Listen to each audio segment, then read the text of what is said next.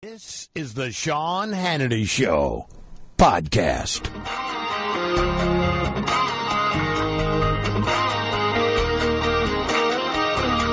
This is how we roll.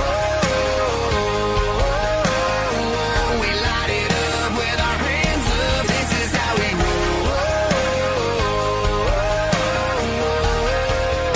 roll. You have one day to make every dream you've ever dreamed for your country and your family come true, and to deliver justice for every forgotten man, every forgotten woman, and every forgotten child in this nation.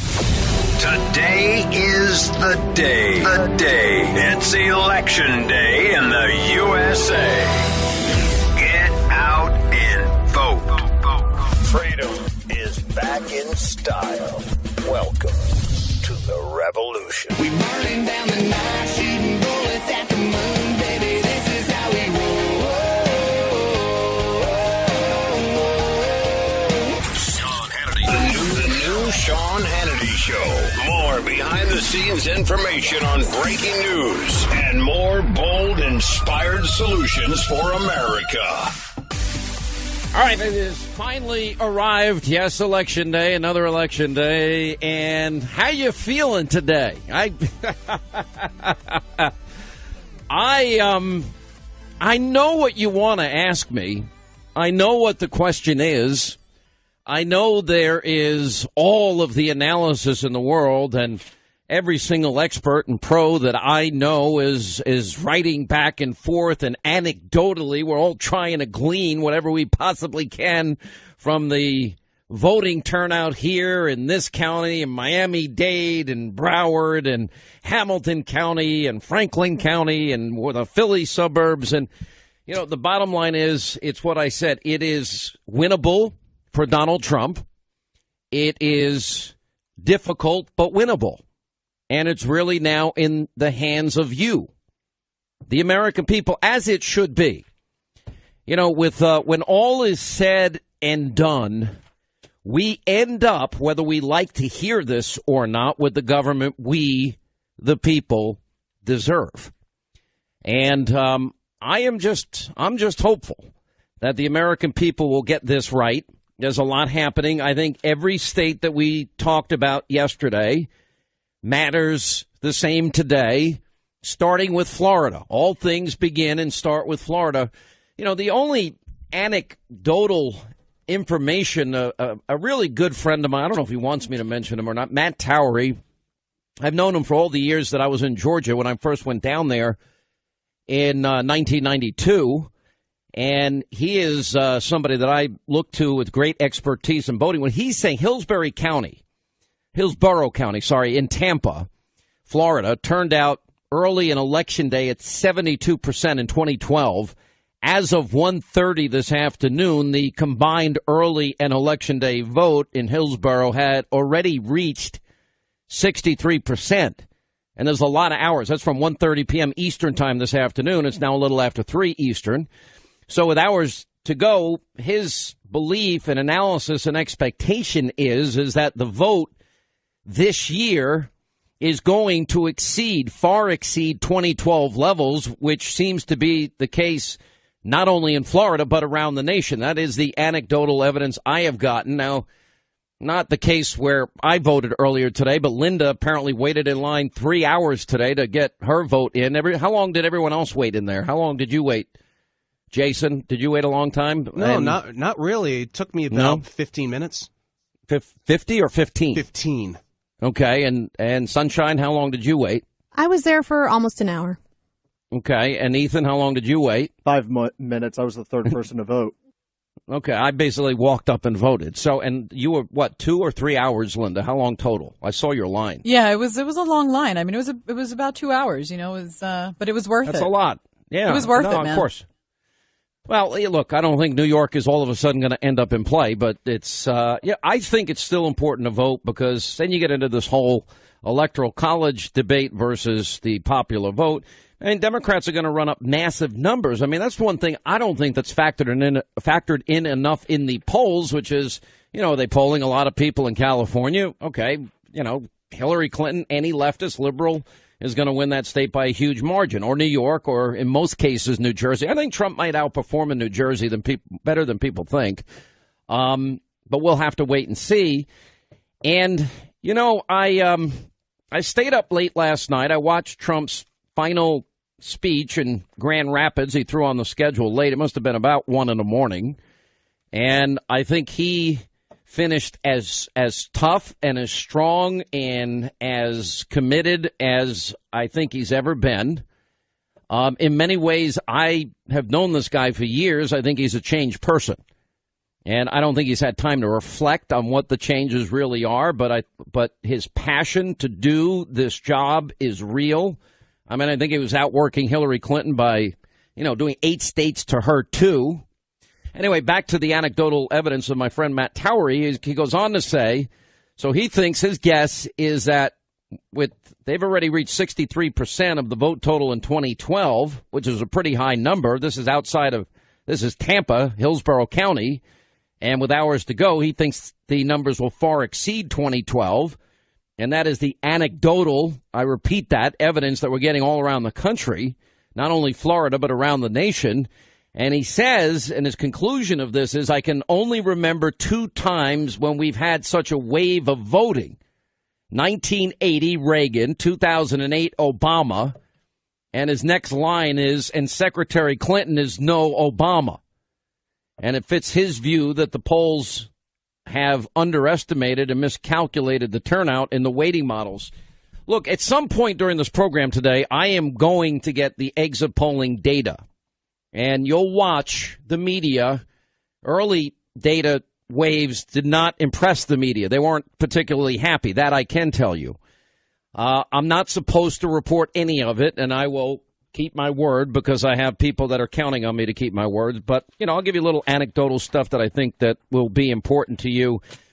But the bottom line is you shouldn't pay attention to it. It shouldn't impact you. If you're on the West Coast in particular, you've got to ignore it. And you've got to just go with where your heart is. And, where is your heart in this election? What do you think matters the most? My big question is, are you better off than you were 8 years ago? Did Barack Obama's Hopi and changey and yes, we can and Obama, did it do anything for you and your country and your life? And based on all of the data that I have given out this entire election season, if you want, I'll repeat it. I don't have to.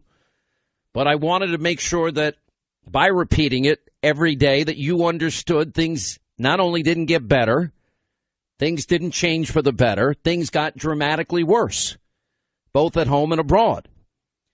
America's future to me today is on the ballot.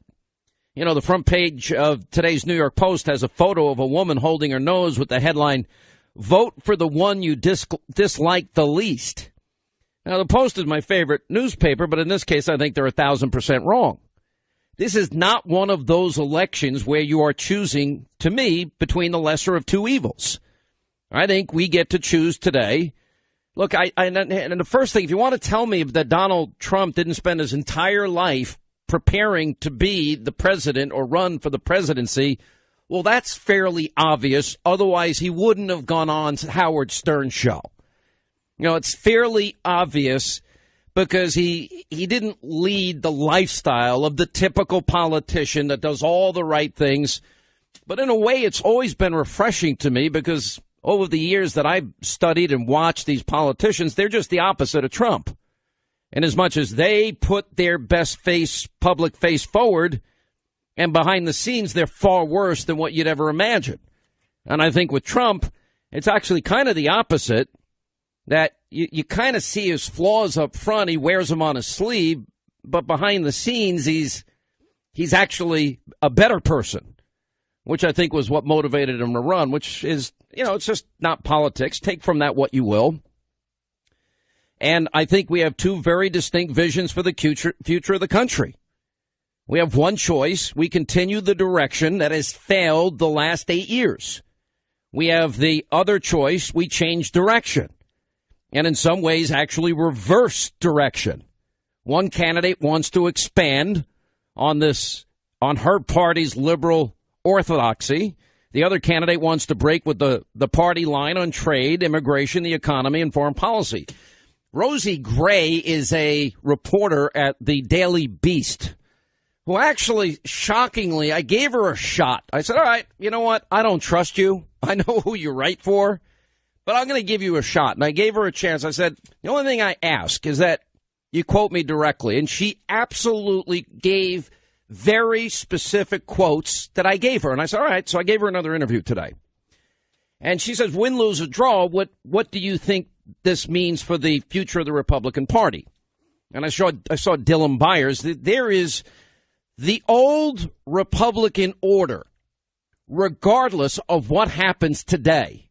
And I do believe that Donald Trump is very much in this.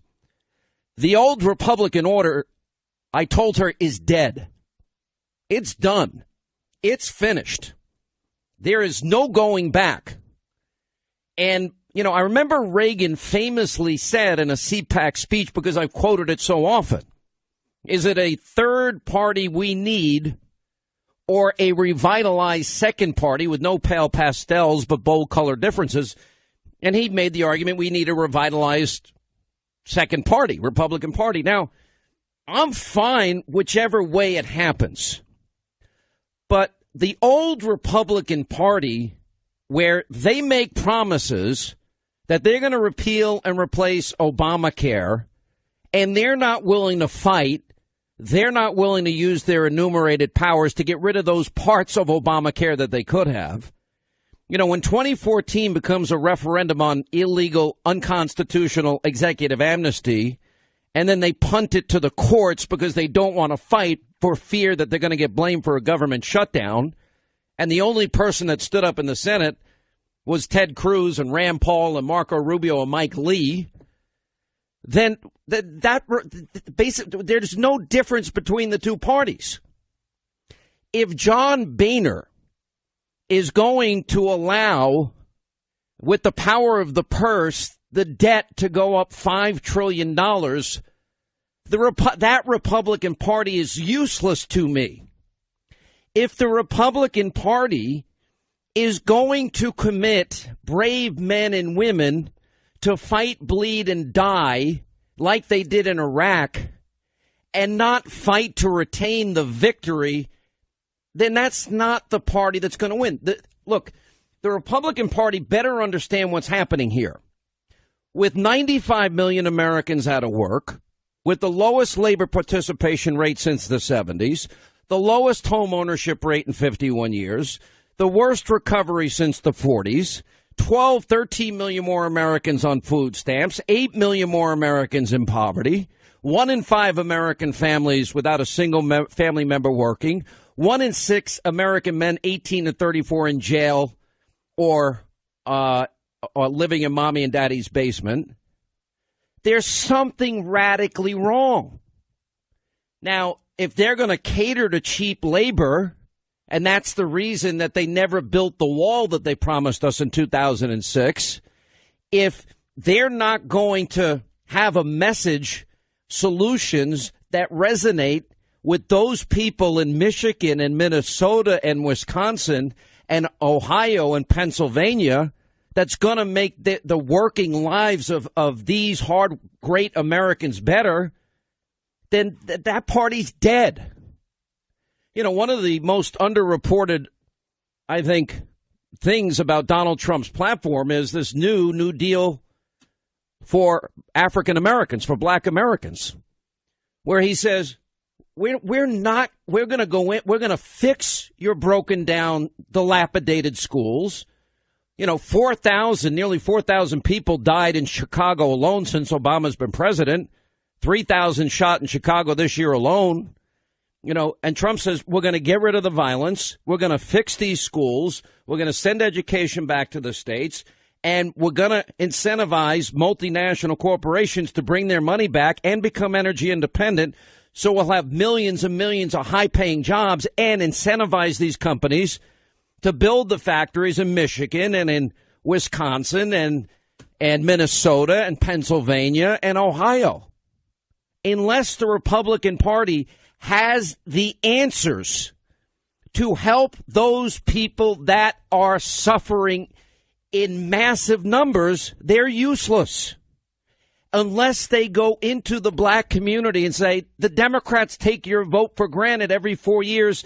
They've never fixed your schools. Your neighborhoods aren't safer. There's more drugs than ever before. The violence is out of control. And here's how we're going to fix it. Here's a ladder to success. Unless they do these things, it's going to be the same old model every 4 years, the same old electoral map every 4 years. If they don't show that there is a free market-based answer to health care, if they don't show the benefits of energy independence, if they don't go into working neighborhoods and say, I never got a job from a poor person, and if I allow trillions of dollars repatriated into this country from multinational corporations with the stipulation that they've got to build factories and manufacturing centers in cities that are half dead like Detroit, you've got to make that case, but you got to go there and you got to do it. But Republicans have lost any sense of vision, any sense of fight, any sense of a backbone, and they have basically capitulated. So the old Republican order, I'm telling you, and I'll go through this tomorrow, and I'll go through this on Thursday, but the old Republican order will never be the same. Win, lose, or draw today. We know you never want to miss the Sean Hannity Show. And now you never have to. Just sign up for Hannity Headlines. A bite-sized version of the show that you can take with you on your laptop, your mobile phone, everywhere you go. Even to your liberal in-laws' place in Vermont. Yeah. And after a few hours of that, you'll be glad you brought Sean along. To sign up today for Hannity Headlines, go to Hannity.com.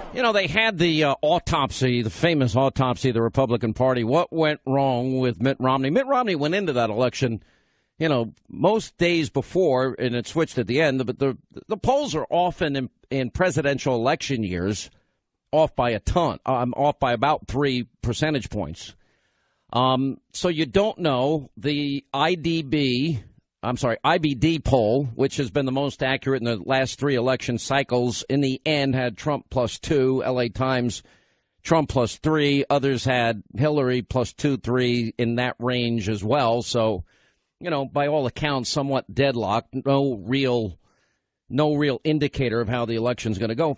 Let me just explain a little bit more about what I mean. And I actually plan to get into more of this after today, after the results are in. But the Republican Party still doesn't get how we got to this point in the election.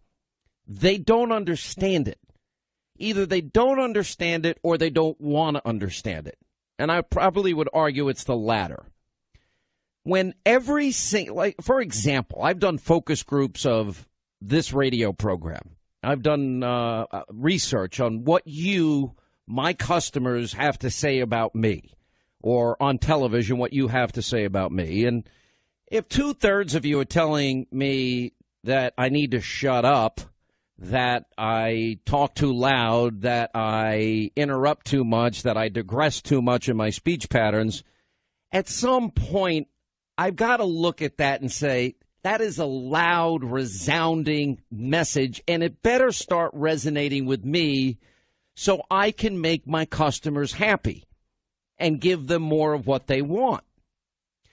When you look at the primary results in this election cycle, when we started out with 17 Republicans, on average, it was about 63 to 66% of Republican voters saying they felt betrayed by the D.C. Republican Party. And it was all across the board. And for some of the examples that I brought up in the last half hour, and that is that they promised to repeal and replace Obamacare. Now, they did have their show votes, some 40, 50 show votes so they could be able to go home to their district and tell their constituents, see, I voted to repeal and replace Obamacare, but it never had any real teeth in it. And a lot of times politicians have what I call show votes. But if they really wanted to repeal the aspects of Obamacare that they couldn't. It wouldn't have been the whole thing. They had a power available to them, enumerated power, constitutionally, the power of the purse. They didn't want to use it.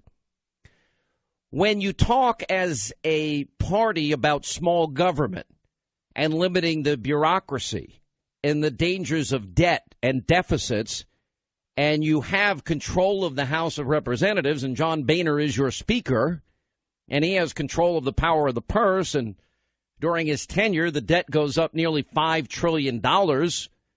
There is culpability and responsibility on the part of Republicans for not taking that stand and saying, no, we're going to fix this, and we don't care that Obama's going to blame us, but we're taking a stand on principle. Now, there's certain political risks involved with that. You might think, oh, there might be a backlash. Oh, I might get voted out. Oh, I'm creating controversy. Oh, I'm going to have to explain why the government is shut down. Oh, Obama's going to say we want poor people to starve.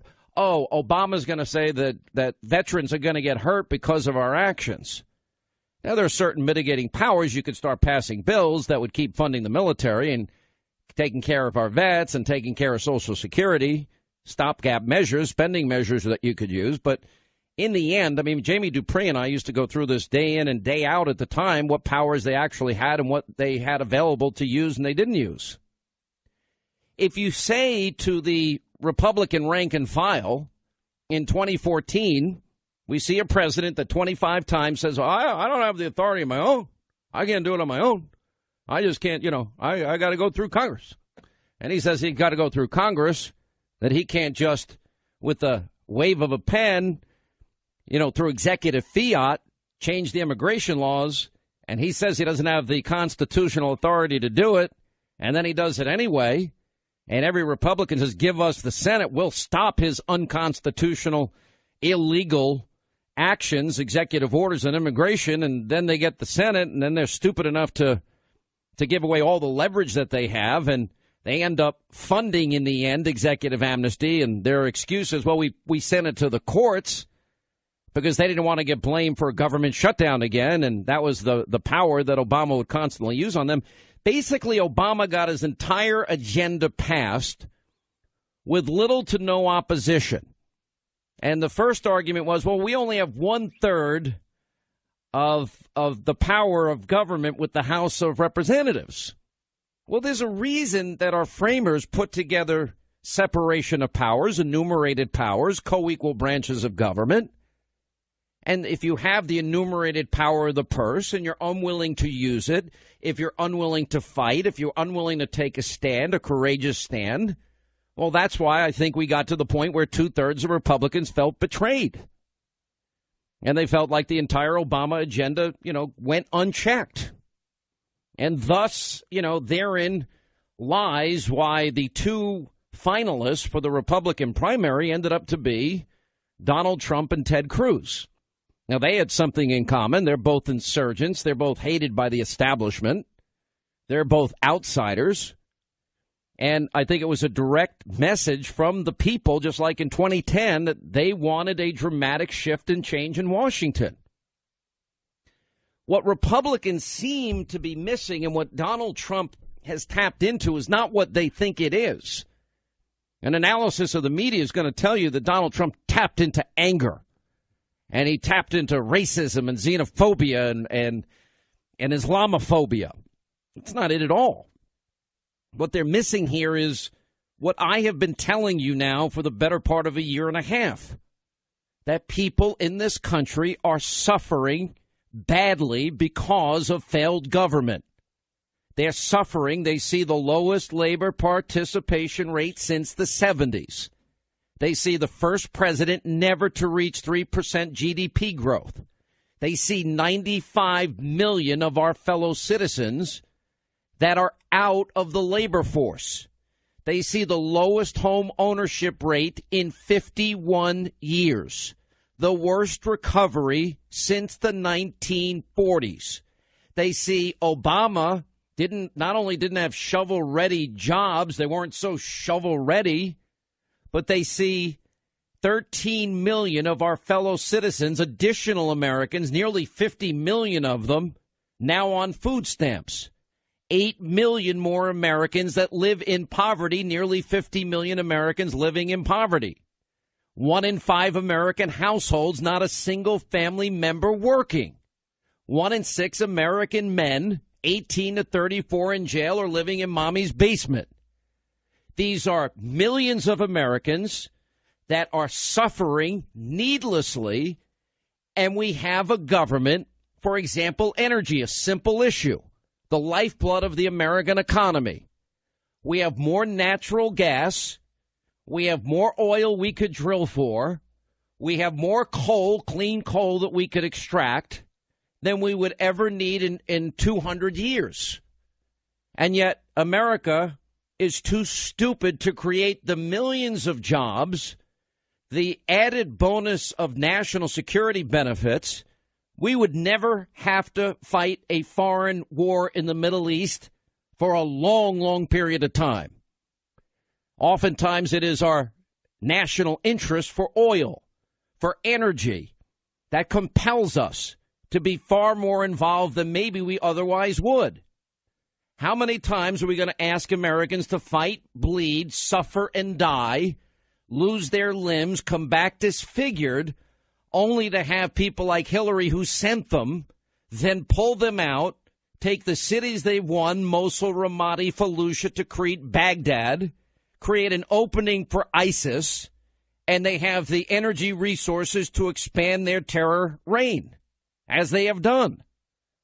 How many times? This is where Republicans are out of touch. This is where the old order Republican Party, they are either going to change or die. They better start paying attention to what the people in Pennsylvania are saying, what the people in Pennsylvania need, what the people in Michigan are saying and what they need, and in Wisconsin and in Minnesota and in Ohio and in Florida, the elderly population in Florida. And they better understand that if they're not the party for the working man, if they're not the party of job creation, if they're not the party of energy independence, if they're not the party of better health care at a much lower price because of free market competition, if they don't have the capacity to go into every neighborhood, town, and city in this country and explain how we can fix our broken educational system, if they don't go talk about how many illegal immigrants are competing with the 95 million Americans out of the labor force for work, and not counter the argument that they're racist or xenophobic, then they've got their own problems. Government is too big, too bloated, too intrusive, taxes are too high, regulation is too burdensome, and it has hurt the American people. And Donald Trump has tapped into, he's been using the phrase recently, the forgotten man. There's an artist that I like, John McNaughton. He has it's his signature painting, The Forgotten Man. And he's got all the presidents behind him and this guy on a bench, you know, with his hands in his head. You know, his life is a mess because government has screwed it up so badly. That is what, you know, when you look at a great city like Detroit that is a shadow of its once former great self, or Flint, Michigan, that once had 88,000, you know, auto industry jobs, and they're now down to 8, and they're leaving. Even those jobs are in jeopardy. You know, when Ford will make all of their small cars in Mexico, but then bring them back here, it's a problem. And the answer isn't what Hillary Clinton is offering or what Obama has done. Obama's record on the economy is atrocious. If Hillary's elected today, it's going to remain atrocious.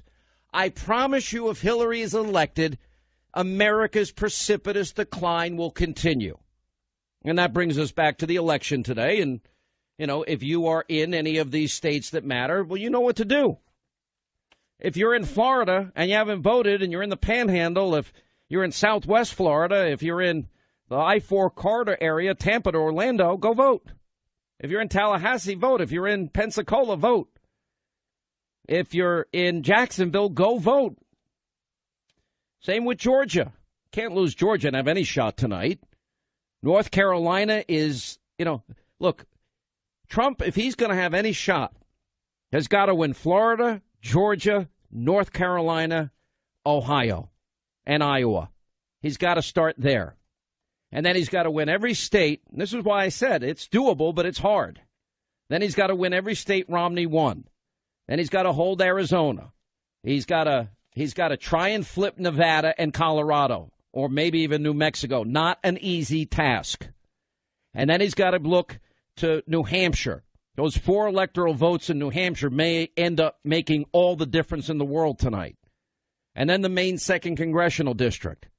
And then if we're really thinking big and broad, if you care about fracking and energy jobs in Pennsylvania, if you'd like to bring back manufacturing jobs and coal jobs in Pennsylvania, well, you better watch out what Hillary Clinton's bringing you. Pennsylvania would be a game changer if that ever gets in play. And the same with Michigan, game changer if that becomes in play. Never mind Minnesota and Wisconsin. So the path is what it is. And I'd argue that this whole thing that Trump started with a New Deal for black Americans and the African American, this needs to be pushed starting tomorrow. And by pushed, I'm going to be very clear. They need to go, Republicans, and say, Democrats have failed you. Your neighborhoods are not safe. And in many inner cities in America, Chicago is a great example. The schools are a disaster. We pay more per capita with the worst results of any industrialized nation, and this is how we're going to fix it. Anyway, anecdotally, by the way, we have apparently in Michigan, working class turnout, Frank Luntz tweeted out, is much higher than expected. Trump may have a chance there. Arizona, Republicans now lead by over 100,000 ballots.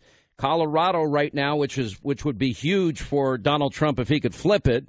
Republicans have a little bit of a built-in advantage, 775,000 to 756,000. Florida, Republicans trail by 78,000 fewer ballots that were cast on Election Day in 2012. Huge turnout reports I'm getting out of Florida. I think Iowa, he's got a good chance. Republicans outperformed in Nevada, 2012's final vote total by 16,000 ballots. In North Carolina, Republicans trailed by 140,000 fewer ballots than 2012, and Romney ended up winning that state. So, but, that's all anecdotal. I hear vote turnout is massive. But America's future is on the ballot here. And there's got to be some dramatic changes. And later this week, I am going to lay out what the changes need to be, win, lose, or draw today. Because I'm just fed up with Americans suffering needlessly.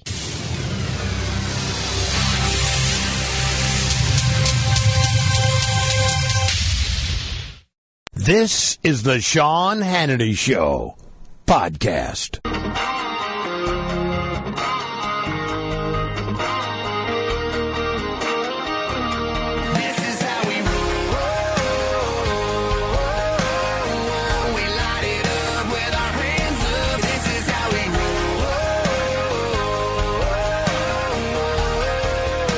You have one day to make every dream you've ever dreamed for your country and your family come true, and to deliver justice for every forgotten man, every forgotten woman, and every forgotten child in this nation. Today is the day. The day. It's Election Day in the USA. Get out and vote. Freedom is back in style. Welcome to the revolution. We burning down the night, shooting bullets at the moon, baby. This is how we roll. Sean Hannity. The new Sean Hannity Show. More behind-the-scenes information on breaking news and more bold, inspired solutions for America. All right, hour 2, and we're glad you're with us on this Election Day. Write down our toll-free telephone number. You want to be a part of this extravaganza. It's 800-941-SEAN. All right, the Drudge Report just threw off their first siren. Drudge is always on top of these exit polling numbers and data. He has Hillary plus and up in Pennsylvania. Donald Trump up in Arizona, Georgia, and North Carolina. By the way, don't take any of this as, I don't need to vote now. That's not the way to interpret this. That's why it's very, very important. As a matter of fact, the bottom headline is this election is going to be decided by evening voters. That probably means if you are in Nevada, Colorado, New Mexico, Arizona, that your vote is going to mean more than you think. That's how you should interpret that. The rest of his headline is Florida is a showdown, as we might have anticipated. Michigan is in play. It's a showdown. If you're in Michigan, your vote is really going to matter. If you're in Florida, your vote is really going to matter. Joining us now with his take on all of this is former Speaker of the House, author of the brand new novel, best-selling book. It's called Treason. Newt Gingrich is with us. How are you? Well, I'm doing great, and I think you just captured it almost perfectly. We don't. Hang on. This is the first time this whole election cycle you said I got something right. What was up with that? Well, you were quoting Grouch. Exactly. It wasn't me who was right. How could I possibly be right? But I thought you did a great job. No, I think that sort of says where it's at. There are a number of states where Trump is ahead. There are a couple of states that are very, very close. Now, remember, 3 or 4 weeks ago, he was supposed to get beaten badly. And now we're talking about how close Pennsylvania is.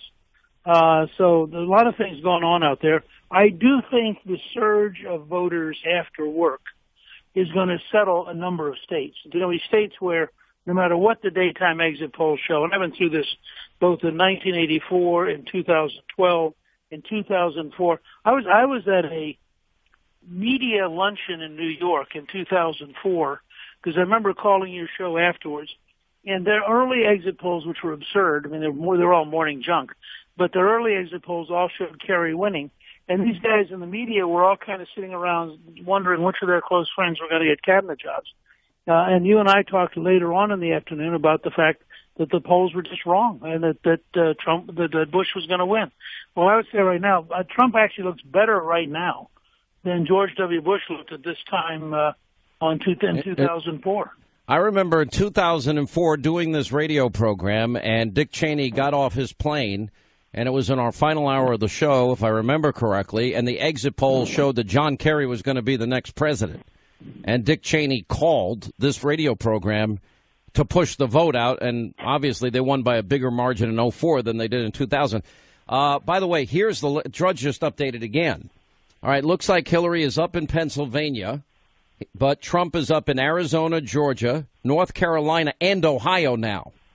So then, get this, Colorado's a showdown. Florida is a showdown.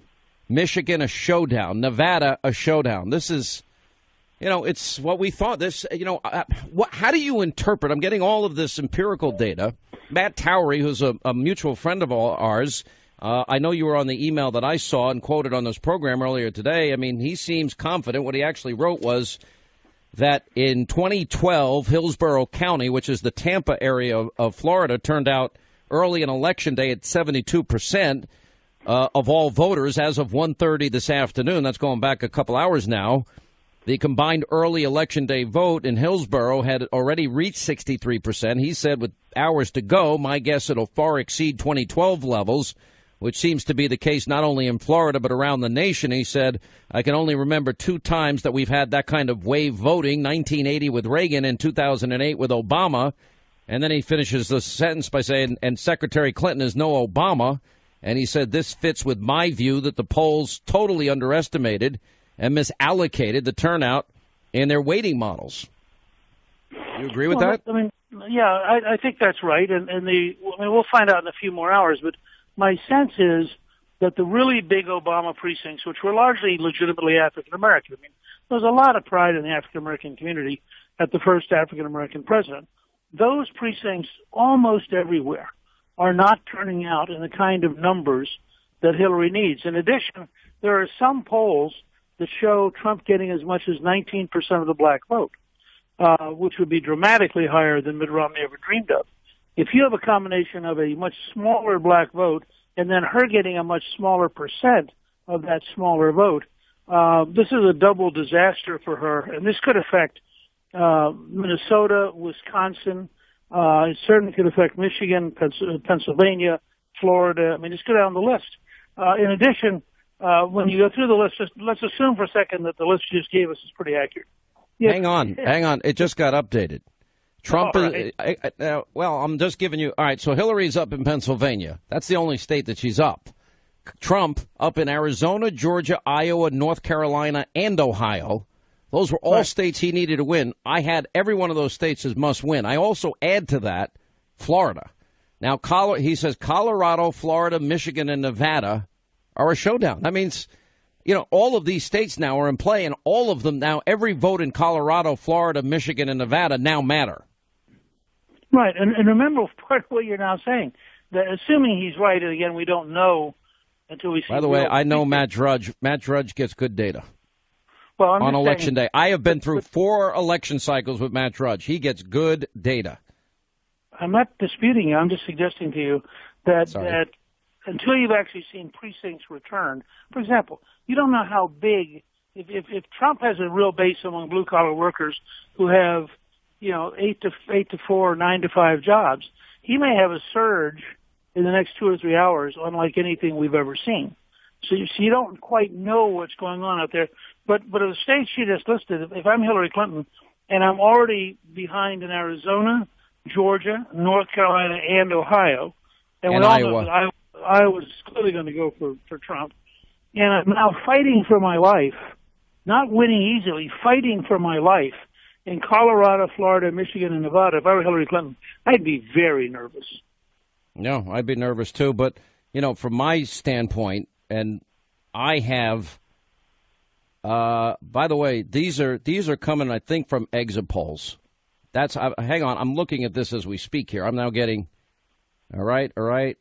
Yep. Apparently, these are the exit polls without any data. So, the data's coming in. At about 5:15, I'll have a better picture of what the exit poll data is. That's the way it happens every election year. But you're right. In the next 5 hours, things can change dramatically in his favor in every one of those swing states. Yeah, I mean, it seems to me that you're looking at a situation where, and I want to emphasize this for our audience, we have never seen the electorate we're going to see this year. This is Matt Towery's whole point. He said male turnout is up substantially, white turnout is up substantially, blue-collar high school graduate turnout is up substantially, African-American turnout is down, and all of these things come in a swirling process of suggesting somewhere between a really, really close race and a Trump blowout. And we just don't know. And we're not going to know until we start seeing precincts come in. Yeah, it's, one of the things, how did you know back in 94 that you were going to win? And you told me weeks in advance. Now, Republicans hadn't been in power in 40 years, and that's a pretty bold prediction. Well, how did you know? No, but it's a different situation. When you're competing for the House, you had 435 separate, unique races. I had the enormous advantage of having Joe Gaylord, who is one of the best political analysts I've ever worked with, and who was really my partner in designing the whole thing. And I remember on September 17th, we were leaving on a trip to raise money, and had our planning team with us, including Dan Meyer, who then was my chief of staff. And I raised a simple question. I said, okay, are we planning for speaker or are we planning for minority leader?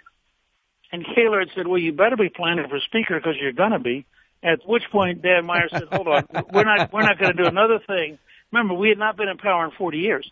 And so Meyer says, we're not doing another thing until you walk us through that. So Gaylord, from memory, started in Maine, covered 435 congressional districts by memory. And he was off by one. He thought we'd pick up 52. We got 53. We've never quite let him live that down.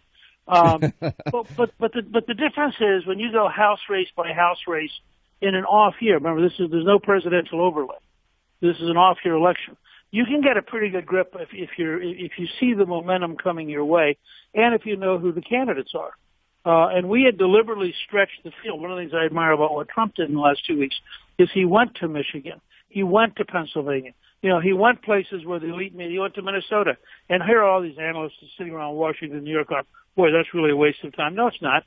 We ran somebody against Danny Rostenkowski in downtown Chicago. We won. Ross Stankowski lost.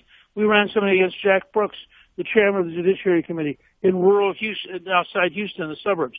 We won. We ran somebody against the Speaker of the House. No Speaker of the House had been defeated since 1854.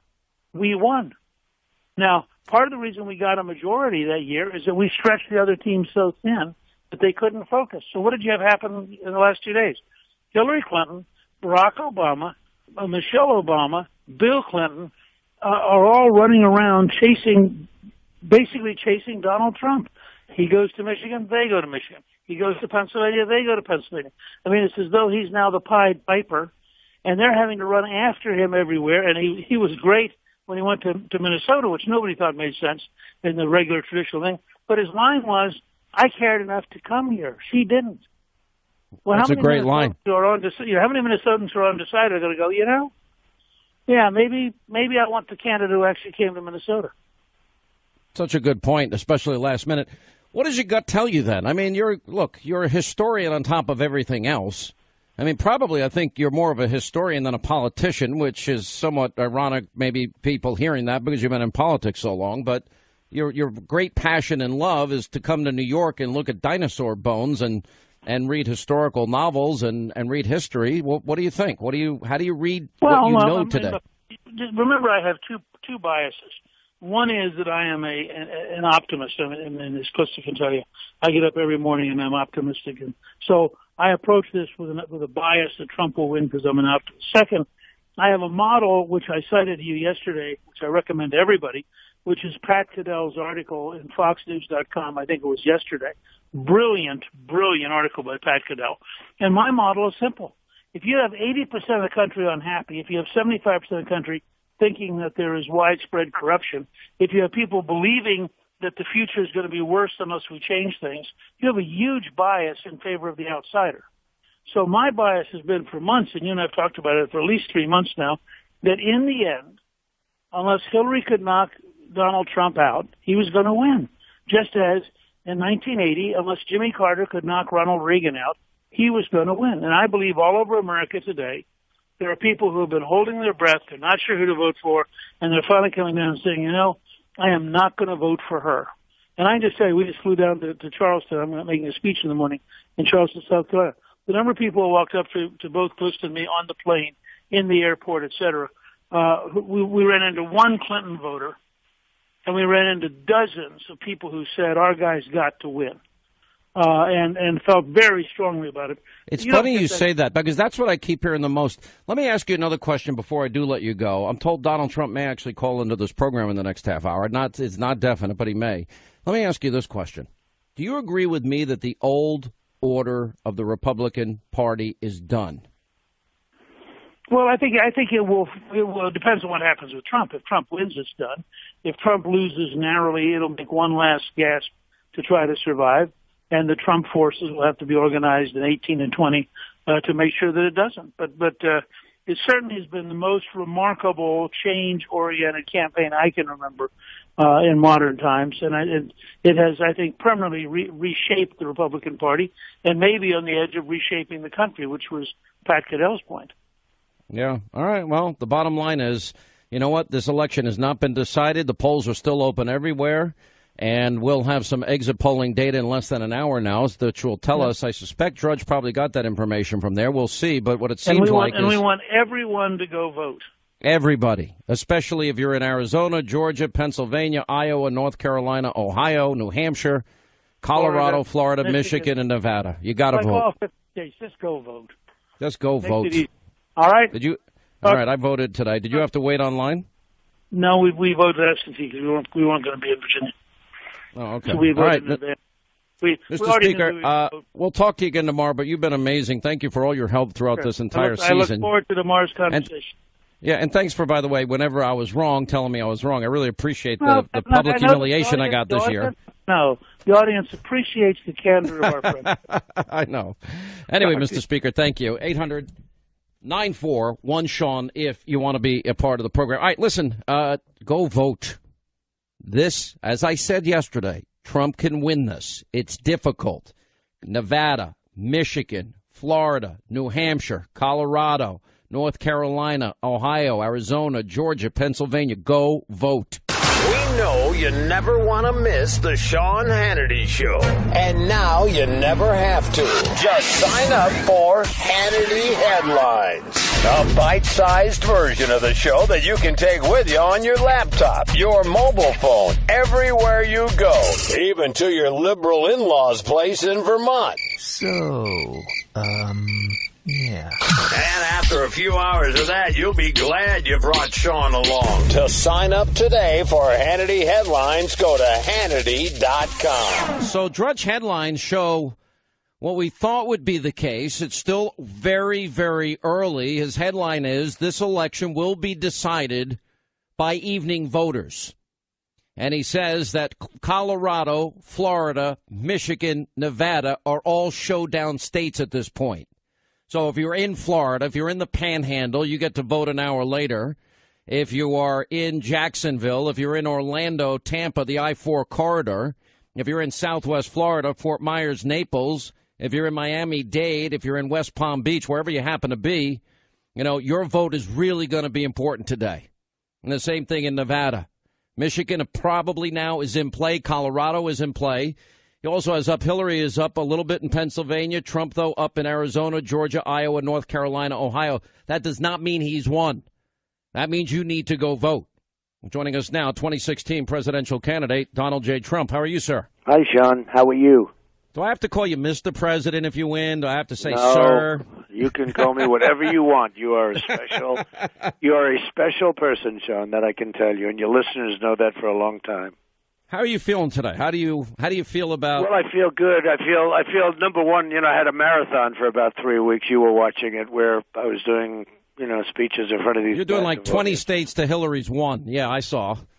And that was good. I got home at like 5 o'clock in the morning. I actually started a speech at 12:30 in Michigan, and we had close to 30,000 people there. You saw that? It was amazing.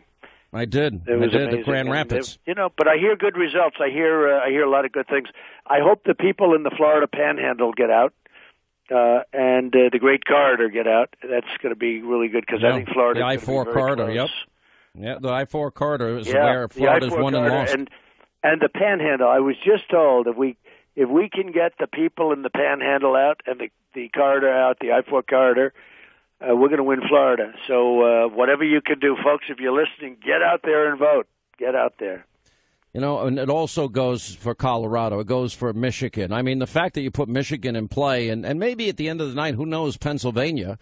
What I'm hearing is massive turnout everywhere. Right. The first wave of exit polling data will come in about a little over a half hour. Good. So we'll have some. But I'm going to tell you something. Mr. Trump, I know this from doing this now for 30 years on radio. And I'll never forget in 2004, the first wave of exit polls had John Kerry as the next president. Right. And Dick Cheney called my radio program. I wouldn't say he was panicked, but he was resolved to try and motivate people to go vote for obvious reasons. Right. And they couldn't have been more wrong. They were so wrong in these polls. So I urge people, regardless of what comes out in these exit polls, don't pay attention to it. You still go vote. Right. Well, I hear Michigan is very, very close, and it hasn't been in play for 30-some-odd years.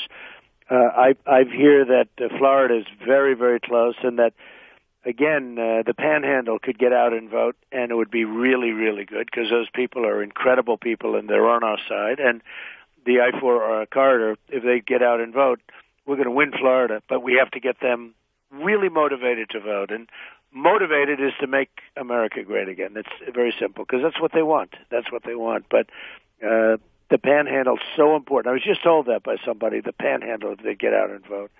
So we'll see what happens. But Colorado also is very, very close. And, that's not exactly a Republican bastion in terms of a state, but it has been this year. So we have I think we're going to have a very exciting time. I think your show is going to get very high ratings tonight. I don't have a show tonight. Oh, that's terrible. They did that to you? Well, I've never do the show on Election Day. Well, actually. I would have watched you. I watch you. Oh, yeah, it would be nice if I got to say, if you won, Fox News projects Donald J. Trump as the 45th president of the United States. You would deserve it. But you know what? You know why though? I mean, for me, it was always about I kept pointing out to my audience how bad things have been. I warned everybody how bad Obama would be, and I was more right than I thought. Right. When you have 13 million more Americans on food stamps and 8 million more in poverty and the lowest home ownership rate in 51 years and the lowest labor participation rate since the 70s and the worst recovery since the 40s, and you double the debt, how much worse can you get than that? Well, there's something happening that's interesting, and I've gone up. Sort of interestingly, I've gone up since the debates. The debates seem to have helped me a lot, and the poll numbers have gone up to a point where we're sort of even, and we'll find out if it was even, because when we look at the crowds of people coming out, it doesn't feel even. It feels better than that. But there's something that's happening that's amazing, and that's Obamacare. Obamacare is killing our families. It's killing our businesses. It's destroying families. And businesses are shutting down, and they're hiring a small number of employees part-time, and people that never had a part-time job in their life and don't want it are working part-time jobs. Obamacare, Sean, regardless of what happens tonight, Obamacare has to be repealed and totally replaced. It's really destroying the fabric of our families and our businesses in this country. One of the things there are two specific platforms of yours that I think would take this economy and throw it into overdrive. One is energy independence. There's so many millions of jobs. And then you have the added bonus, of course, of not relying on countries that hate our guts for the lifeblood of our economy. Right. And the second thing that I never liked this rich versus poor narrative. Under your tax plan reduced from 7 brackets to 3 brackets, you also have the repatriation of trillions of dollars, right, the lowest corporate tax rate. If corporations could bring back those trillions, wouldn't they be building factories in Michigan and manufacturing centers in Michigan and Ohio and Wisconsin and Minnesota and Pennsylvania? Well, Sean, we're lowering taxes substantially. We're, as you know, we're making, I call it simplification. We're bringing it from 7 brackets to 3. Right now people can't even do their own tax returns because it's so complicated. We're simplifying it, and really substantially lowering it. And we're lowering business from 35%, the business tax, from 35 down to 15. But the other thing, Sean, is we're getting rid of the unnecessary regulations. We're being regulated out of business. Our businesses are leaving the country between taxes and being overregulated. And I think this country is just going to be a machine for jobs. And you're going to be very proud of it. I know you've always loved it, but a lot of people are liking it more and more. We have to do it. We're stagnant. We are going It's horrible. Nowhere.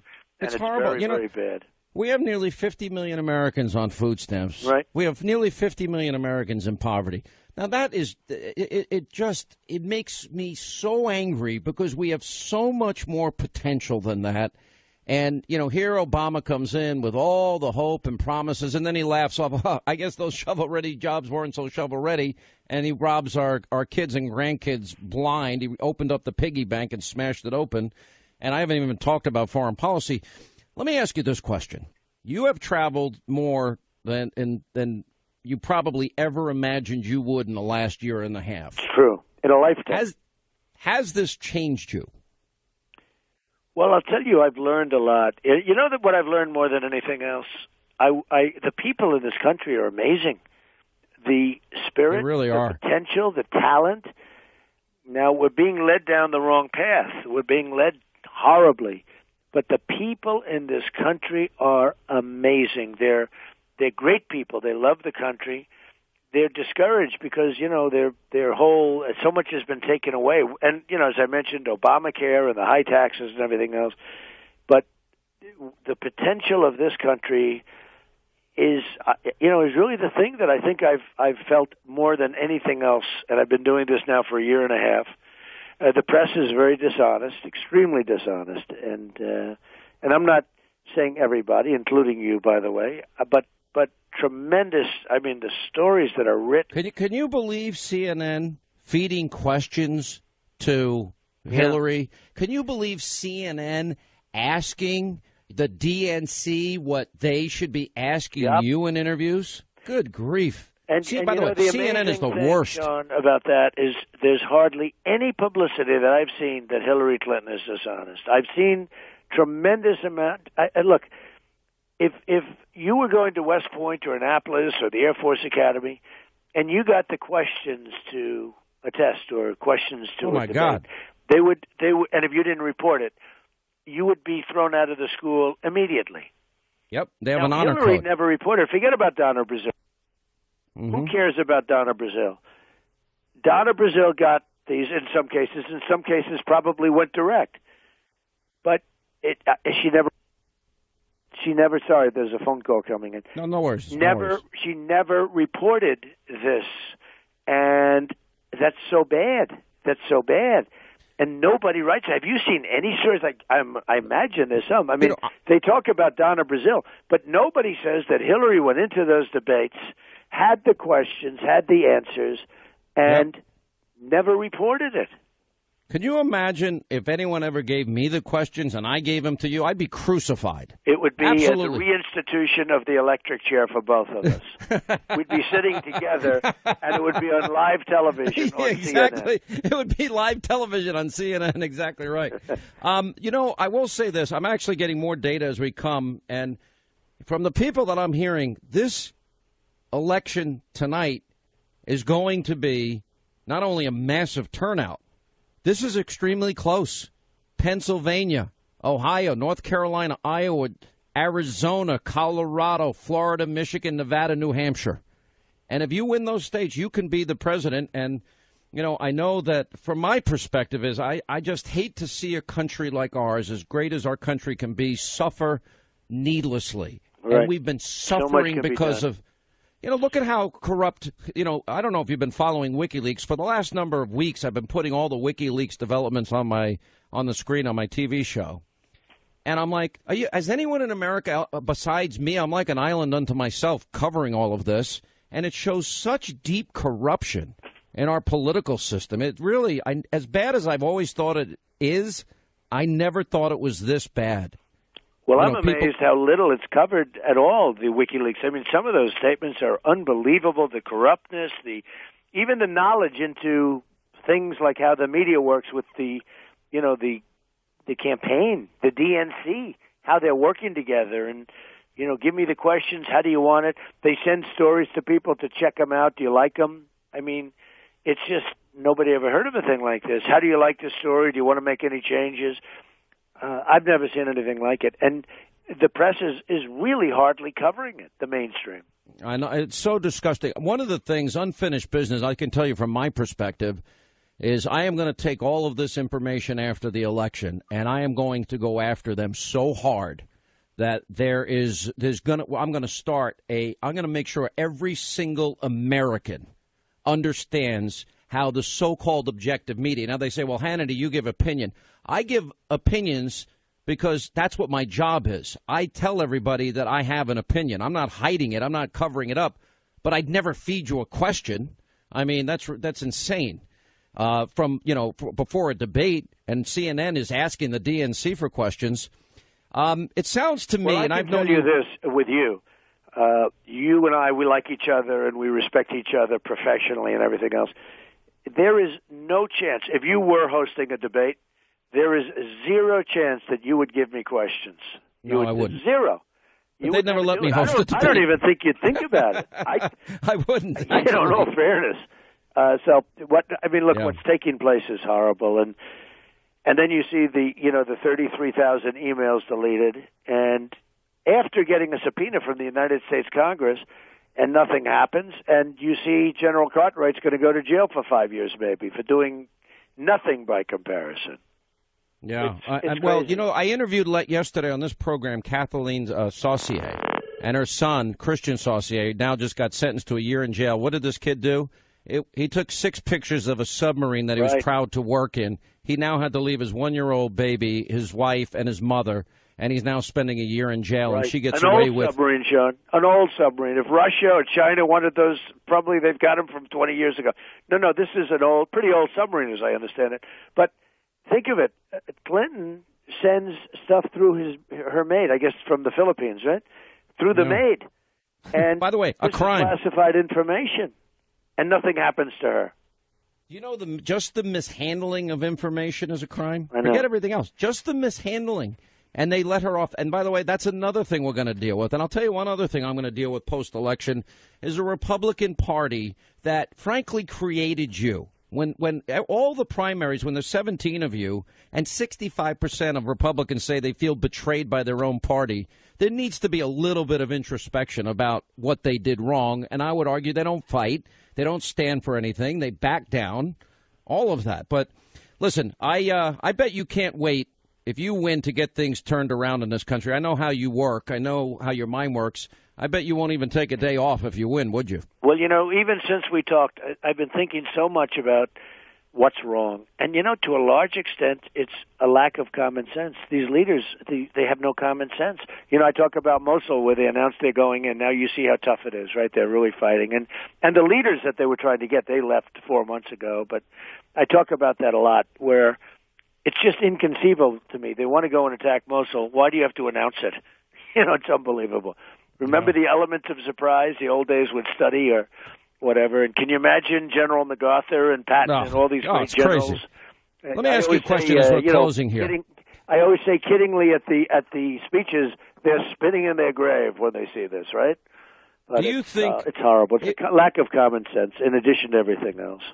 I watched you last night. You said if you do win, and we're going to know in a number of hours now, that you want to be the president for all Americans. Can you bring the country together? We can absolutely. Our country is so divided, racially, economically. It's so divided, and we can do it. Obama has been a divider. He's been an absolute divider. And now all he's doing is campaigning. She can't get a crowd, so she either has to go get Jay-Z, which, and in all fairness... Yeah, using the N-word and the F-word. People are leaving his thing. His language is so bad. A lot of these political people are in there, and they're hearing the words... And you know the words I'm talking about. Oh, it's horrible. And she's offended about you. Listen, I don't mean to interrupt you. Good luck, Mr. Trump. It's been an honor. You have worked so hard. We're proud of you, and we're really hoping you pull this off tonight. Good luck. We'll see, Sean, and you take care of yourself, and I appreciate everything. All right, sir. Thank you. All right, 800. All states are in play. This election will be decided tonight. Go vote.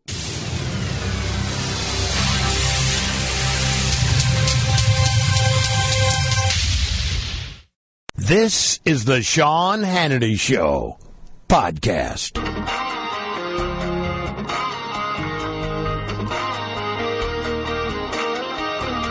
This is how we roll. We light it up with our hands up. This is how we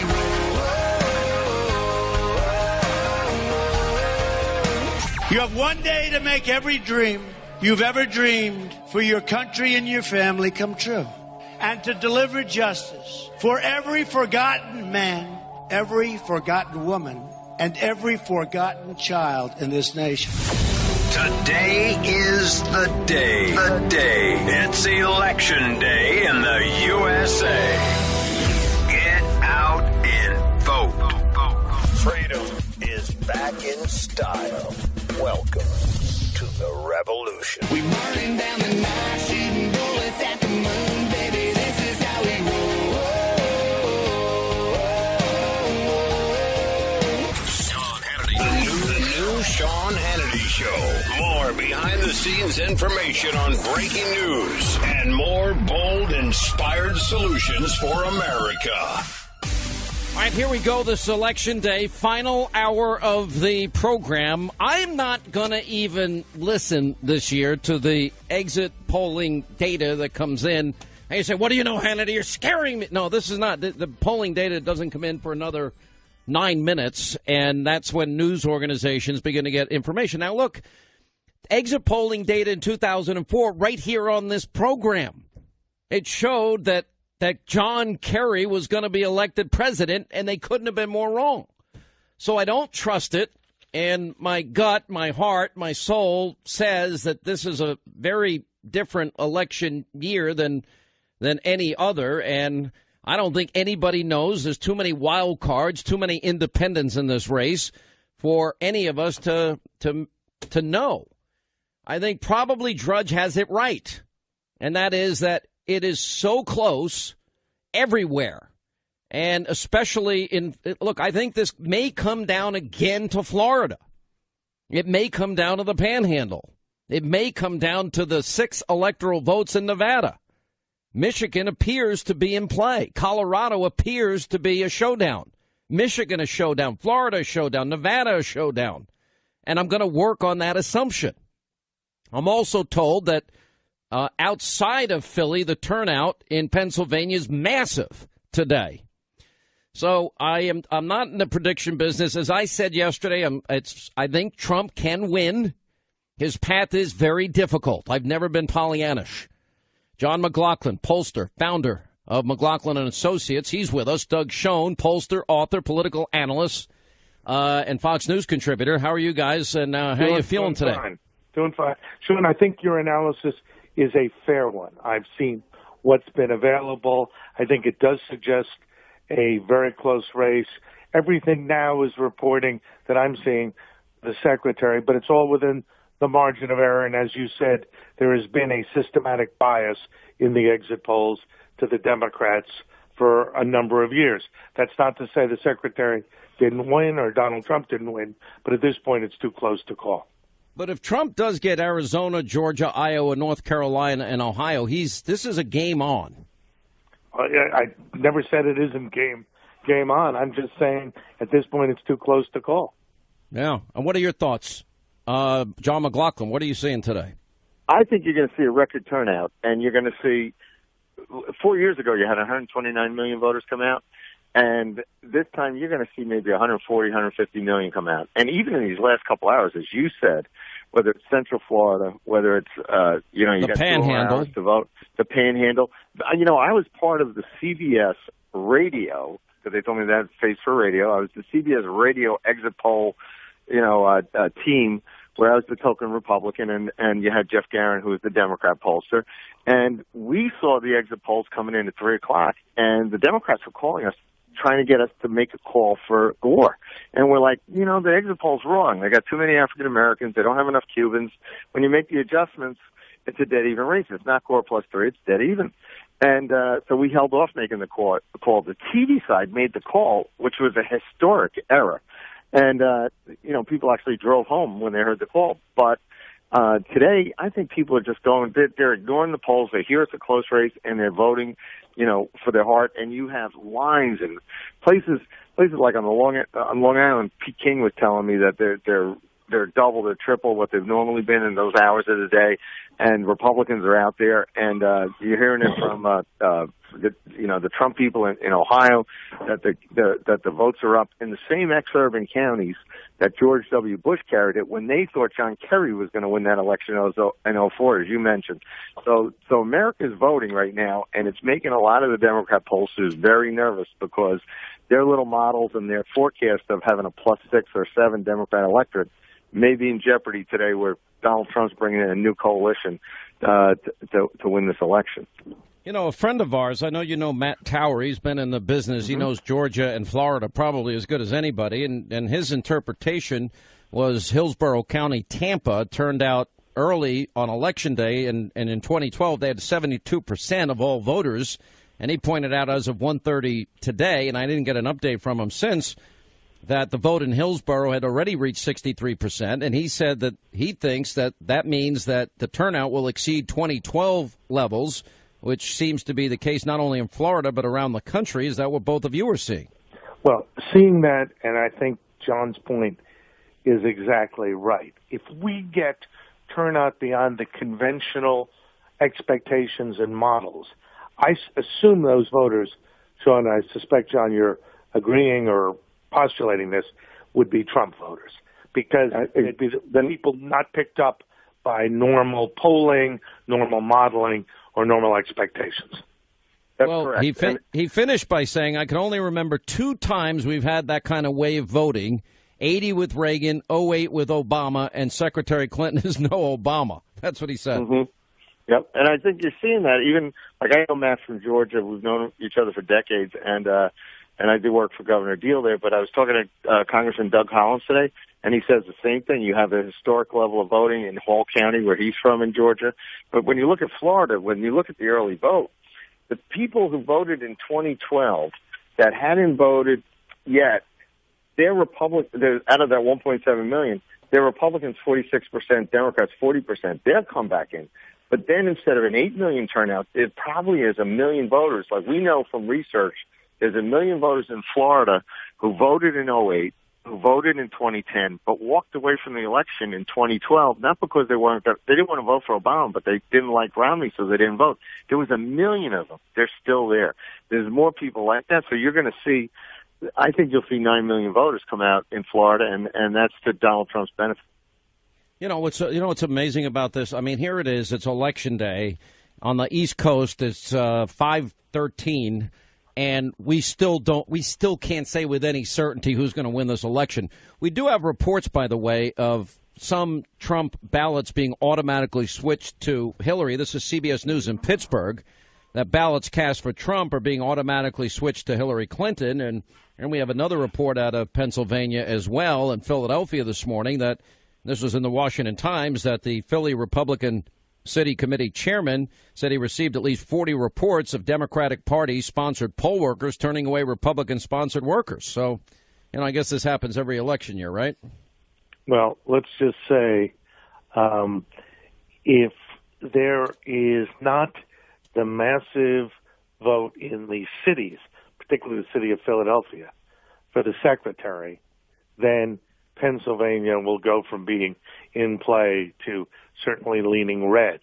The issue, I'd say, Sean, is to bring the current president, the former president, the first lady, and the former first lady, who happens to be the current candidate, to Philadelphia last night, has to be a sign that the Clintons' internal polling is showing the kind of slippage we're seeing in Pennsylvania. Yeah. There was a suit filed by Trump about election fraud, and he filed a suit against Clark County Registrar in Nevada for keeping polls open past the time they were supposed to close during early voting. And they, obviously maybe setting up a way to challenge all the results in Nevada based on that decision to allow people who are in line to vote. But I'm not sure what's going to happen or if that ever works out. How do you see this playing out, John? I mean, last time I talked to you, you were 60-40 Trump, and you, Doug, were 60-40 Hillary. You guys still, and I was 50-50. I'm still 50-50. I'm moving to 55-45 Hillary in the direction of 50-50, Sean. Yeah, and with me, I would have said after Comey's letter over this weekend, I would have said 50-50. But today, when I'm seeing in the turnout levels, I'm like, this is a very good sign. So that 60-40 may be may have been a very good guess on that day. But it's one of those things where the new voters that are coming out, the ones that they didn't expect coming out, are coming out on their own with their passion. And when Hillary Clinton, as Doug said and you mentioned, when she had to be in Pennsylvania the night before the election or the day before the election, she had to be in Michigan. They're totally playing defense. And they're worried. Are you now? Can I then say you're at 65? Trump wins. I'm asking. I'm not putting words in your mouth. I'm asking a question. No, I think it's like 60-40. You got to give them respect.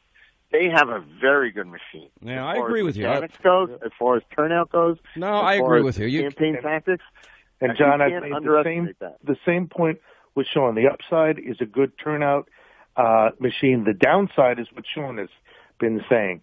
There's a very discreet but limited appeal to Secretary Clinton's vote. It doesn't expand easily. She has a core constituency and a lot of people who don't like her and would never vote for her.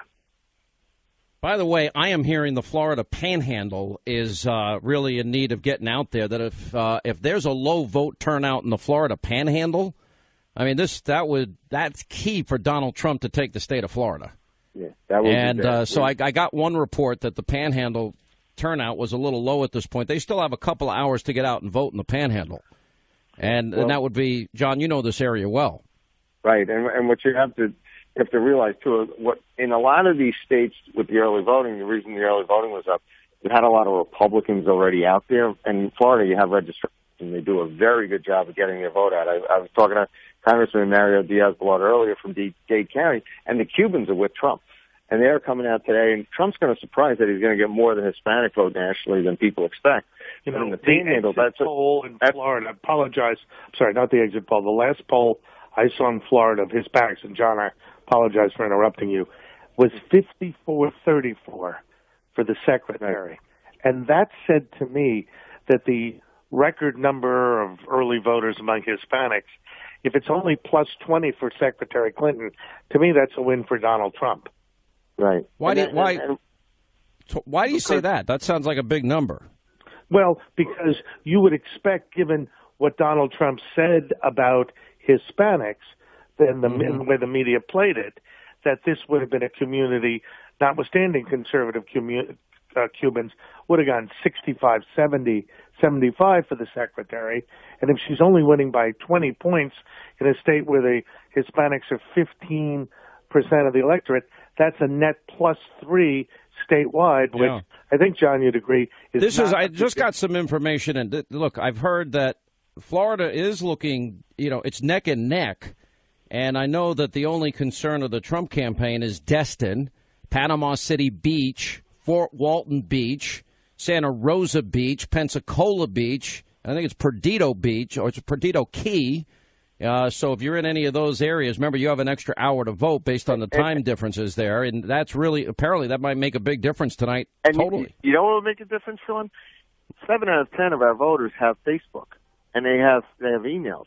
If people that have friends in those areas were to go to Donald Trump's Facebook page, they could take one of Donald Trump's calls to get out the vote today and share it with their friends. They can share it with 300 people in a nanosecond. And if you got friends in those areas, share the Donald Trump Facebook post to get out and vote. And by the way, this just broke. People. Drudge is saying that this election is going to be decided by evening voters. That there are projected 140 million total. Now that's coming directly from the exit polls, and it's up on Drudge now. How do you guys interpret that number? Good news for Trump. You think that benefits Trump? Yes. Yeah, I think all these polls and models underestimate his vote. You saw that when we had that in Israel with Bibi Netanyahu when they had it in Brexit. I mean, it's something where very good sign for Trump, but it means that they really got to go out and vote. And you've got literally tens of millions of people right now across the country deciding to vote, and they're hearing that their vote can make a difference. Just as they heard the polls were close, when you hear the polls are close, there's more meaning in your vote. You go out and vote. And that was something that the Trump campaign was trying to get out to enough people, and the Clinton campaign didn't want anybody to know. All right, I just got a note from Don Jr. He said, things are looking really good from our perspective. He said, except for the Florida Panhandle. And he said, I'm sending out an alert call to action. If you're in the Florida Panhandle, get your friends and families and loved ones out, and we'll win the state of Florida. That's what he just said. So, I don't know what he's looking at, but 140 million total votes, which I think would be a huge record, right? Right, and hopefully Dan Rather's not working tonight, so he can't call it for Gore.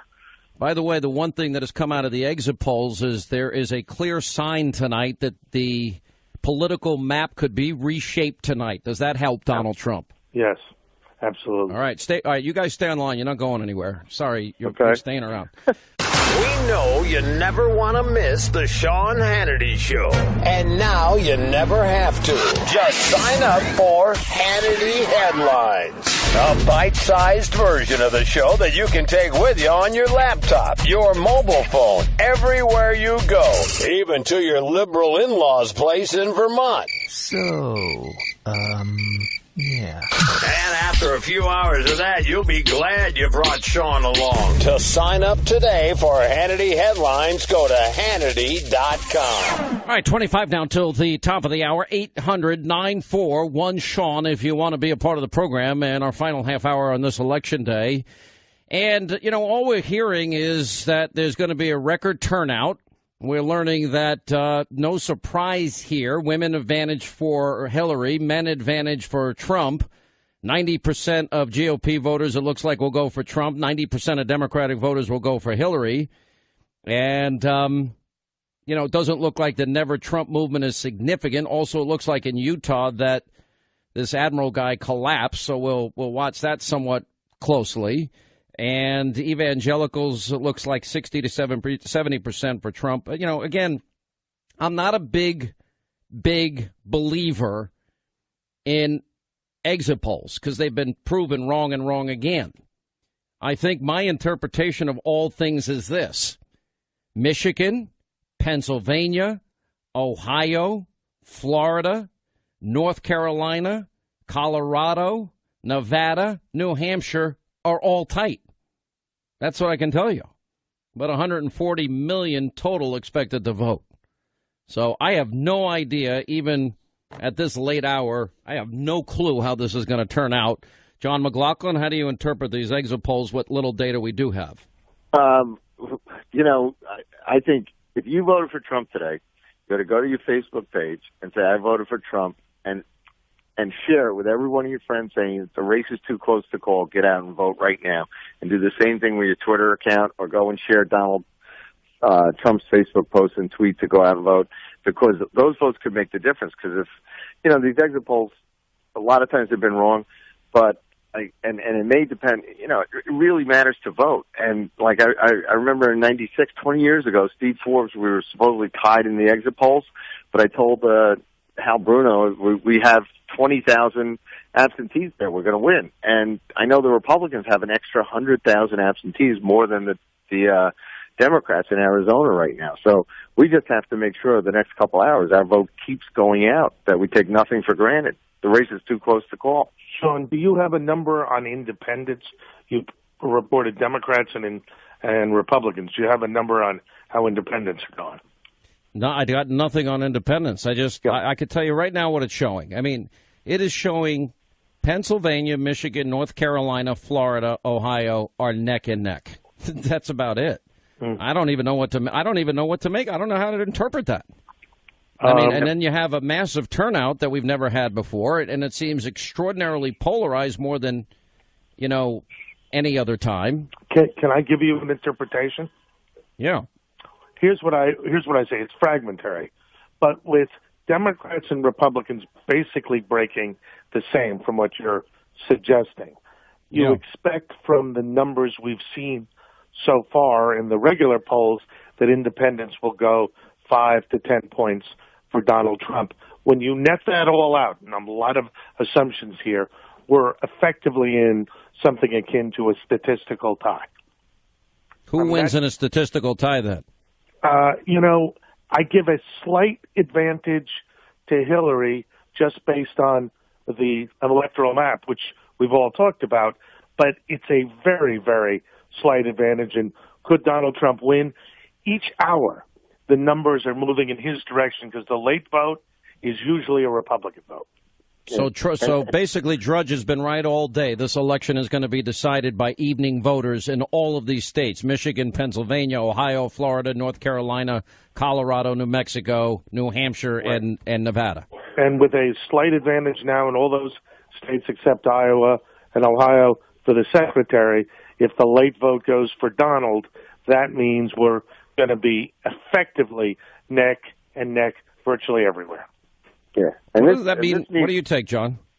It's going to also mean that we keep the Senate, and places like John Faso in the Hudson Valley against a very ultra-liberal radical Carver Vickers for teach-out. The polls are open until 9 o'clock.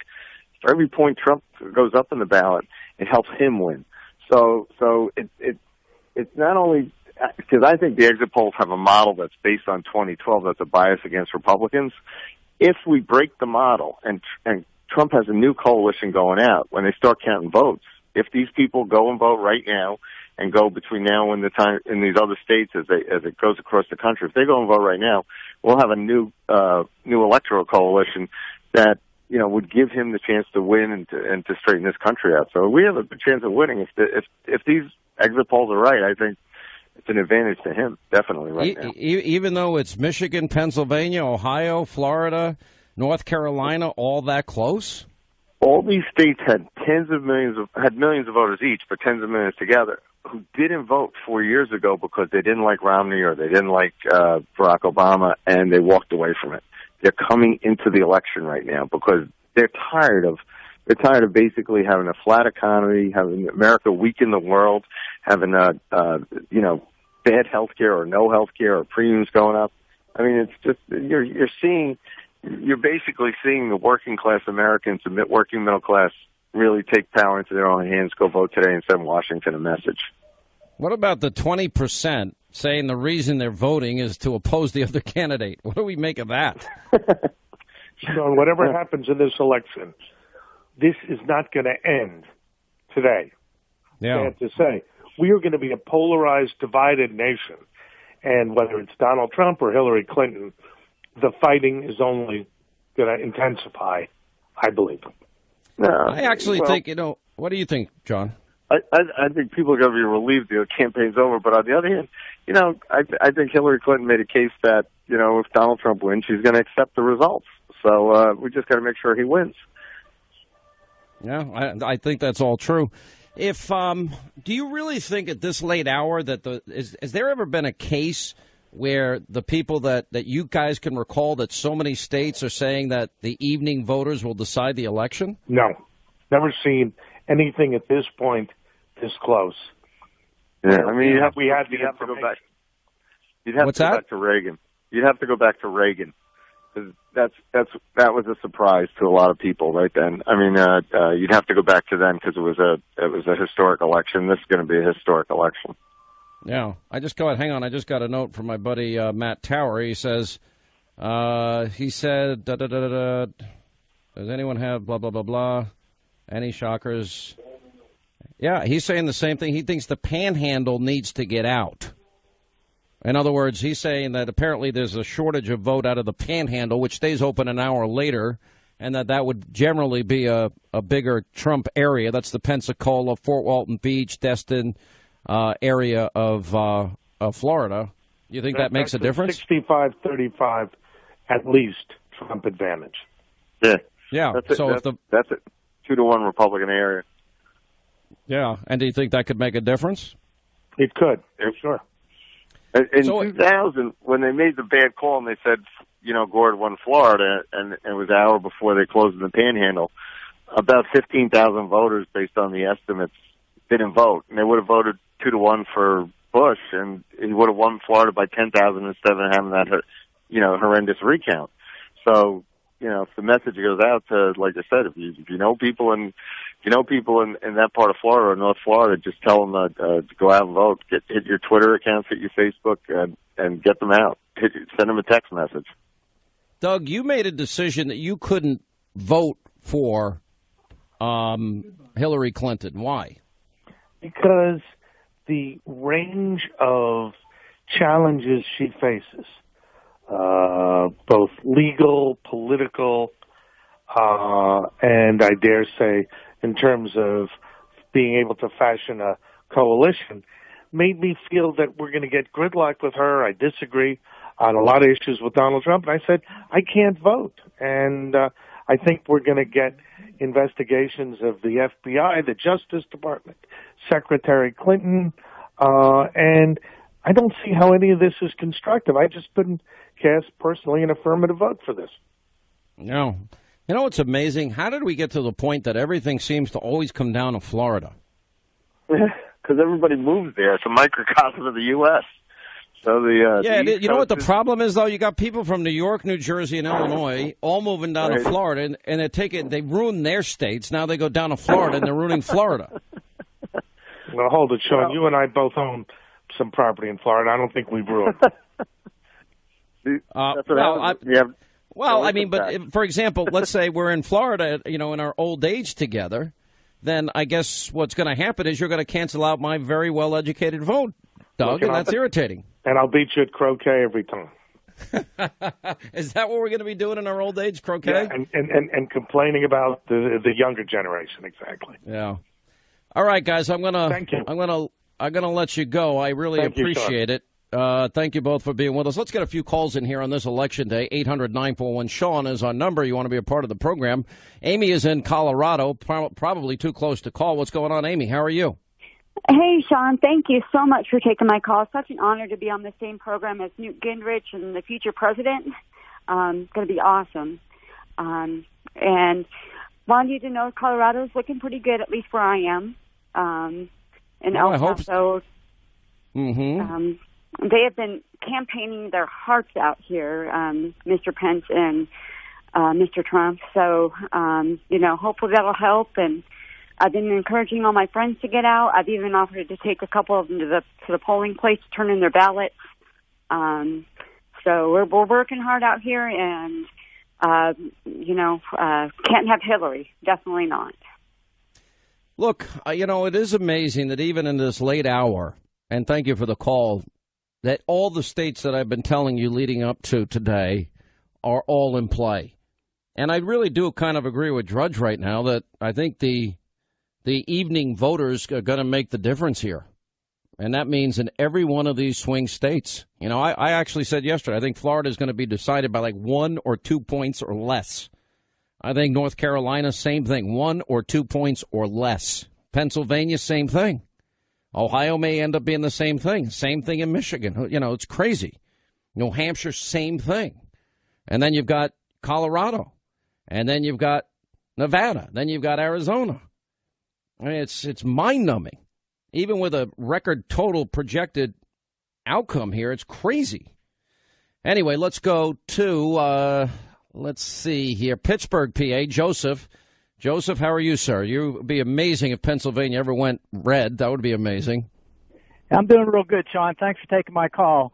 And basically, I called in. I've been at the Trump Victory Center in Western PA, and they have reports from 5 minutes after the polls opened this morning to the electronic voting machines changing people's votes from Trump to Hillary.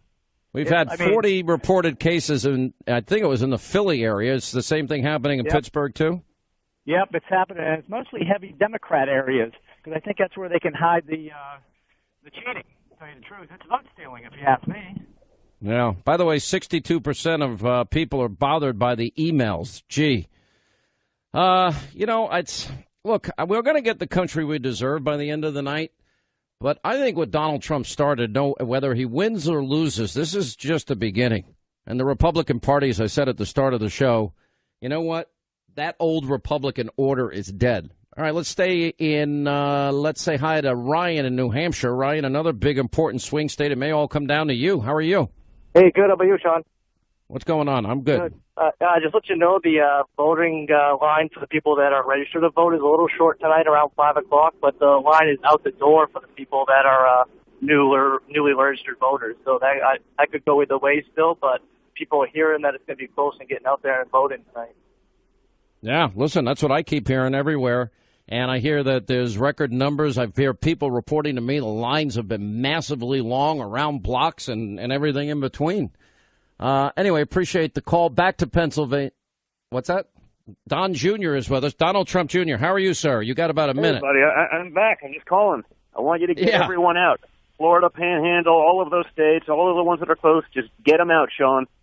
Florida, here are the states. Florida, North Carolina, Ohio, New Hampshire, Pennsylvania, Michigan, Minnesota, Wisconsin, Virginia. Colorado, Virginia, Nevada, Arizona, New Mexico. That's it. And every indication so far is that the evening voters will decide this election. Evening voters tonight will decide. Evening voters in North Carolina, in Florida. You're right. The Panhandle numbers seem a little weak, and that's all Trump territory. They better get their ass out. They have an extra hour. And that also includes Nevada. Colorado's in play, New Hampshire's in play, Pennsylvania's in play, and Michigan's in play. That's what I'm hearing. All of them are in play. You know, we're doing great in some places, but we need everyone to turn up. Some are going to be really tight, and it's going to make a difference. And Sean, we've discussed this a lot. This isn't a 4-year election. This is a 40-year election. We can't lose the Supreme Court. We can't allow liberal justices to be, activists from the bench doing whatever politically correct whim happens to be, that minute and that day. That's not the America we know. That's not the America our founding fathers wanted. We got to get out there and fight. But everyone has to get out there. They have to bring their friends. They have to let their voice be heard. My father's been fighting for the working class of this country that haven't had a voice in decades. He's been out there nonstop, 6-7 states a day, crushing it for them. They got to get out. They got to turn out. Don't let Hillary Clinton take over the White House. Oh, God, could you imagine 4 years of that? I couldn't handle it. Hey, honestly, you said it best. If they sit at home, then they own that. When their rights are infringed, when you eliminate the Second Amendment, when you have excessive regulation and government in every aspect of your life, if you sat at home, you own that forever. Unfortunately, all of us will have to deal with the consequences of that, not just those people. So we got to get out there. We got to make our voice heard. Let's crush this thing. Yeah. Well, I hear there are long lines everywhere. This is my last appeal. Thank you, Don Jr. If you are in any of these swing states, all I know is I have one headline for where we are at this moment, and that is this election, Pennsylvania, Michigan, New Hampshire, North Carolina, especially Florida and the Panhandle, Colorado, Nevada, New Mexico, you guys at Ohio, you will decide the election. You will get the government you deserve.